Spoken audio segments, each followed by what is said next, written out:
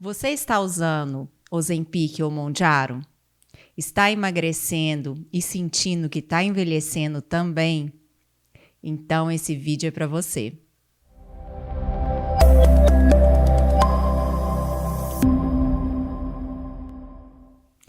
Eu sou Renata Fontani, especialista em pele, e hoje nós vamos conversar com o Dr. Ricardo Moreira, dermatologista, sobre o emagrecimento acelerado com essas medicações e a flacidez de pele, o envelhecimento que está acontecendo rápido. O que vamos fazer com esse envelhecimento, Ricardo? Renata, isso é uma queixa cada vez mais comum nos consultórios de dermatologia, né? O que a gente percebe? Que as pessoas têm usado cada vez mais essas medicações que levam a um emagrecimento um pouco mais rápido. Então é muito comum as pacientes chegarem com essa queixa de que assim, eu estou emagrecendo, estou feliz de estar emagrecendo, mas eu estou percebendo que eu estou com um aspecto mais envelhecido. Ou que eu estou com uma queda de cabelo importante durante esse processo de emagrecimento. Cabelo, né, Ricardo? Exato. Ou eu estou com uma flacidez muito grande por causa desse emagrecimento. Por que isso acontece, Renata? Assim, o que está causando essa estranheza? Recentemente saiu, inclusive, uns vídeos no Instagram falando, né, o sorriso do Mounjaro, né? Assim, falando das pessoas com um sorriso mais caído. E por que isso acontece, né? Acontece porque nesse processo de emagrecimento, a gente tem três coisas distintas que acontecem. Você tem uma perda muito grande de gordura, que acontece de uma forma acelerada. Essas medicações são medicações altamente efetivas para emagrecimento. Muito rápido, né? Muito rápido. Tem trabalhos mostrando perda de peso de até 25%, 27% do peso corporal, dependendo do grupo de pessoas e da dose da medicação utilizada. Então, é um resultado semelhante ao de uma cirurgia bariátrica, né, Sim. Renata? Assim, são perdas muito significativas. E isso acontece no intervalo de tempo que é relativamente curto. Então, o que a gente percebe é que essa perda de gordura muito acelerada no corpo é ótimo, porque a pessoa fica mais magrinha, ela fica satisfeita. Mas quando ela acontece, em especial na face, ela leva um pouco a uma perda da estrutura da própria face. Porque, querendo ou não, a gordura, ela segura as coisas no lugar onde elas já estavam previamente. E o rosto, às vezes, é o primeiro lugar que emagrece, né, Ricardo? Exato. É o que emagrece mais rapidinho, né, Renata? A barriga é sempre o último. Né? Assim, aonde você quer, não emagrece. Não emagrece, é sempre mais devagar, né? Assim, exatamente. E a gordura, querendo ou não, ela dá uma estruturada, né? Assim, ela mantém a pele ali esticadinha. Então, quando você tem essa perda de gordura acelerada, em especial na face, você acaba tendo um pouco dessa perda estrutural e você tem essa sensação de flacidez da pele. Sim. Então isso é o primeiro. E ela acontece muito no rosto e é muito evidente, mas também acontece no corpo. Dependendo da velocidade da perda, a pele não consegue acompanhar a perda de gordura na produção de colágeno, na produção de elastina, para manter aquela coesão que ela tinha junto ali com o corpo, e você tem uma certa flacidez também corporal. Além dessa flacidez corporal, geralmente esses pacientes são pacientes muito inflamados, né? Assim, e essa inflamação ela pode piorar, por exemplo, a celulite e ficar mais evidente. Então, além da flacidez que começa a ficar mais evidente, às vezes a gente começa a perceber mais isso no primeiro momento. A celulite. Exatamente, e ter essa percepção mais clara, né? E uma terceira coisa que às vezes acontece é que, como o paciente ele tem uma sensação de saciedade prolongada, às vezes tem casos extremos onde esse paciente começa a ter até alguns tipos de déficits nutricionais, por uma diminuição de ingesta de nutrientes. Né? Assim, diminui que pode além acontecer. da conta, né? Exatamente. Essas medicações elas levam a uma certa saciedade, mas a pessoa tem que ter esse cuidado dessa saciedade não ser inibida ao extremo, digamos assim. E a pessoa acabar tendo uma perda mesmo nutricional. Fica sem comer e aí vai perdendo tudo, né? Tanto a gordura quanto a saúde. Quanto a saúde também, exatamente. E aí, pensando nessas três causas, né? Assim, na perda de gordura, na parte da inflamação e pensando nessa questão nutricional que podem estar aí associadas à flacidez, ao aumento da celulite, à perda de cabelo, à pior qualidade de unha, por exemplo, que tem muito a ver com essa parte nutricional, né? Assim, o que a gente pode fazer? Né, assim, essa é que é a grande sacada, né? Assim, o que a gente faz para cuidar disso? Então, assim, quando a gente pensa nisso, o que eu posso fazer em casa? Né? Assim, a primeira coisa. Então, primeiro, ter uma boa rotina de skincare, né? Em especial de skincare. Não esperar também emagrecer, ficar flácido para depois tratar, né? Isso é um conjunto, Exatamente. Né? E Porque deve muitas ser vezes as pessoas falam assim, eu vou emagrecer tudo, e aí depois que eu emagrecer tudo, eu começo a tratar.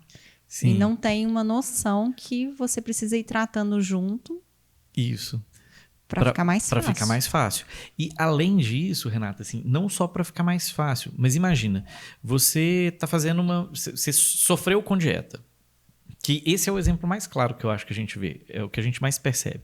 A pessoa já fez múltiplas vezes uma dieta que não deu muito certo. Ela se dispõe a fazer um tratamento novo, que não é um tratamento barato, que existe um custo real da medicação hoje, aqui no Brasil. Mas é um tratamento muito mais eficaz do que tudo que ela fez no passado.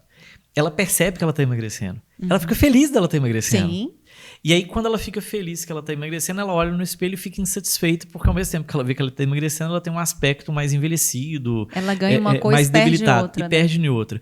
Então, é importante também para a pessoa, para ela poder trabalhar até a própria autoestima, né? Assim, então, não deixe para tratar no final, sabe? Assim, por que isso? Porque isso vai te minando aos poucos dentro do tratamento, né? Assim, pontualmente a gente vê pessoas que falam, não, eu parei de usar a medicação porque eu achei que eu estava ficando... eu tava demais, eu tava envelhecendo demais. Eu já escutei isso mais de uma vez, né? Assim, e às vezes a própria pessoa não se reconhece também, né? Exato, né? Assim, quando é uma mudança muito drástica em curto tempo, isso é frequente, né? Assim, não, eu queria ter emagrecido, mas eu não queria ter perdido tanto na face, né? Assim, a gente percebe esse tipo de queixa. Então, o cuidado desde o começo, ele é importante para que a pessoa vá com tudo casado. Vá com o aspecto estético, casado com o aspecto emocional e casado com o aspecto saúde, né? Assim, as três coisas têm que caminhar juntas. Elas não caminham de forma separada, né? E pensando nisso, se a gente pensa na pele, é muito importante ter uma rotina de skincare adequada. Então, por exemplo, uma pessoa... o que seria o ideal, né, do skincare? A gente já discutiu isso até em outros podcasts, né? Mas assim, ter uma higiene adequada da pele, né, para remover as toxinas, remover as coisas da própria poluição que poderiam levar a uma oxidação maior da pele e a manchas. Usar um bom hidratante facial e corporal. As pessoas estão emagrecendo, elas precisam de um hidratante corporal que seja um hidratante de qualidade, exatamente para manter essa pele com uma pele saudável, né? Assim, de manhã, pode às vezes usar uma vitamina C, uma niacinamida, que são antioxidantes e que ajudam na manutenção da qualidade dessa pele. E usar um bom protetor solar, né, Renata? Que é a base de todo tratamento dermatológico praticamente, né? A gente sabe que a pele... ela tem um fotoenvelhecimento muito importante, que é exatamente da luz solar atuando em cima dela, que às vezes é até maior do que o que a gente chama de cronoenvelhecimento, que é o envelhecimento do próprio tempo. O tempo vai envelhecer de qualquer jeito, mas o sol piora isso muito mais. Né? A luz piora isso muito mais. Então, assim, um bom protetor solar. E à noite, seria muito importante que esse paciente recebesse uma orientação dermatológica ou da estética adequada para usar, às vezes, um ácido retinóico, um ácido glicólico, alguma dessas substâncias que estimulam produção de colágeno, que estimulam uma compactação maior da pele, uma renovação celular maior, e que mesmo sendo usado a longo prazo, eles têm um resultado muito legal. Sim. Né? E ajudam na qualidade dessa pele. Né? Assim, seria um skincare básico, né? Isso. Pelo não menos deixar isso, essa pele ficar ressecada, né? Ter um bom hidratante também. Exatamente. Um bom hidratante de pele, uma vitamina C ou uma niacinamida, um bom protetor solar, algum ácido à noite para fazer essa regeneração e um bom hidratante à noite também, né? Assim, para que essa pele fique uma pele viçosa, uma pele bonita. Se a gente pensar na parte nutricional que a gente tinha falado, é tentar ter uma alimentação adequada e variada, mesmo em pequena quantidade. Porque como a pessoa não tem aquele apetite todo e nem aguenta comer aquilo tudo, é importante que ela tenha uma diversidade de vitaminas, de minerais, que seja adequada. E né? se não Assim, conseguir, procurar um profissional, né, para fazer. Sim. Porque eu vejo muitas vezes a pessoa saltando a A dieta, refeição. a refeição. É. E aí, talvez o nutricionista tenha tanto trabalho para conseguir colocar todos os nutrientes naqueles, né, determinados horários, e aí quando salta, isso um dia, 2 dias não vai fazer diferença, mas às vezes durante todo o tratamento, Sim. às vezes até suplementar, até né? suplementar. Se não der conta de comer, procurar um médico, um nutricionista para fazer Sim, essa procurar suplementação. ou um nutricionista Principalmente ou por um causa do nutrólogo. cabelo, né, Ricardo? E pensando aí no cabelo em especial, né? Assim, a gente sabe que, por exemplo, deficiência de ferro leva a muita queda de cabelo, deficiência de zinco leva a queda de cabelo, deficiência de vitamina B12 leva a queda de cabelo, deficiência de vitamina D leva a queda de cabelo. Então a parte alimentar, ela tem importância, né? Deficiência de biotina leva a queda de cabelo.